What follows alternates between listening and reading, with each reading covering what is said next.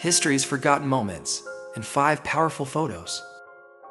This is the last known photograph ever taken of the Titanic, a snapshot frozen in time, just days before one of the greatest maritime tragedies in history. April 10, 1912. The Titanic set sail from Southampton, England, bound for New York. Dubbed the unsinkable ship, it was the largest and most luxurious ocean liner of its time. On board were over 2,200 passengers, from the wealthiest elites to hopeful immigrants chasing the American dream. This haunting photo was taken by a man named Francis Brown, an Irish Jesuit priest who boarded for just the first leg of the journey. He disembarked in Queenstown Island, the Titanic's final stop before crossing the Atlantic. It was fate. Days later, the ship struck an iceberg. On the night of April 14, 1912, the Titanic sank into the icy waters of the North Atlantic. Over 1,500 lives were lost. This photo is more than just an image, it's a final farewell. A silent witness to history. We remember the Titanic not only for its tragic end, but for the stories it carried, and the lessons we still learn from it. In the early 20th century, deep in the forest of Tasmania lived a creature unlike any other.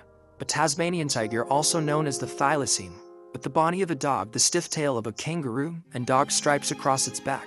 It looked like something out of myth, but it was real, the largest known carnivorous marsupial of modern times. The thylacine was once found across Australia, but by the time European settlers arrived, it had vanished from the mainland, surviving only in Tasmania. Feared by farmers who believed it killed livestock, the thylacine was hunted relentlessly. Bounties were paid for everyone killed. But in truth, the thylacine was shy, solitary, and rarely dangerous to humans or their animals. By the 1930s, the numbers had dropped so drastically that only a few remain, if any at all.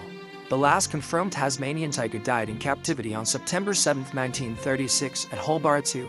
It was left out in the cold by accident and died alone, forgotten by the world that had once feared it.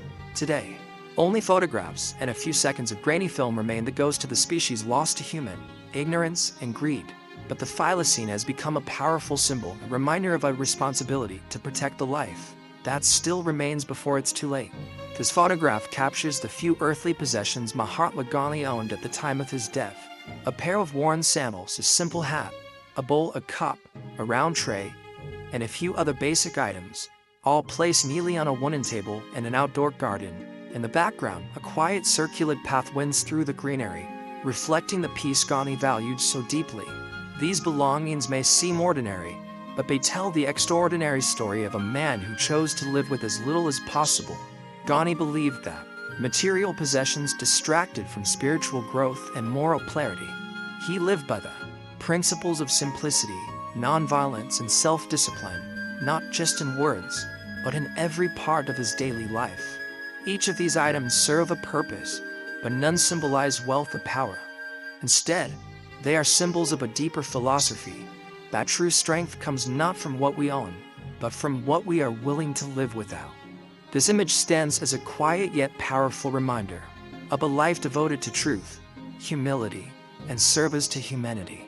In 1963, the world was introduced to Ronald McDonald for the very first time, not as the polished mascot we know today, but as a quirky, cheerful character created and portrayed by Willard Scott, the same man who had played Bozo the Clown on local television. This first version of Ronald wore a paper cup for a nose, a tray of food as a hat, and a bizarre costume that combined clashing patterns and bright colors. He was friendly, strange, and designed to appeal to children, a living cartoon meant to connect McDonald's with fun and happiness. Though this early version was eventually redesigned, Willard Scott's creation laid the foundation for what would become one of the most recognizable mascots in the world. Ronald McDonald soon evolved into a cultural icon, helping to turn a regional fast food chain into a global empire. But it all began in 1963 with the clown, a smile, and a simple goal: to make kids love McDonald's.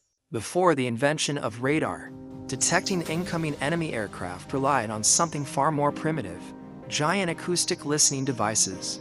These bizarre, Looney Tunes-looking contraptions featured massive horns or parabolic discs attached to headphones, worn by trained soldiers, their job to sit still and listen for the low hum of approaching aircraft. Used mostly during World War I and the early years of World War II, these sound locators amplified distant engine noises, helping to estimate the direction and distance of enemy planes, long before they were visible. While they look strange, like something out of a cartoon, they were cutting-edge technology for their time. Of course, these devices became obsolete almost overnight with the arrival of radar in the late 1930s. But for a brief moment in history where strategy depended not on screens and signals, but on the simple power of human ears, magnified by giant metal funnels.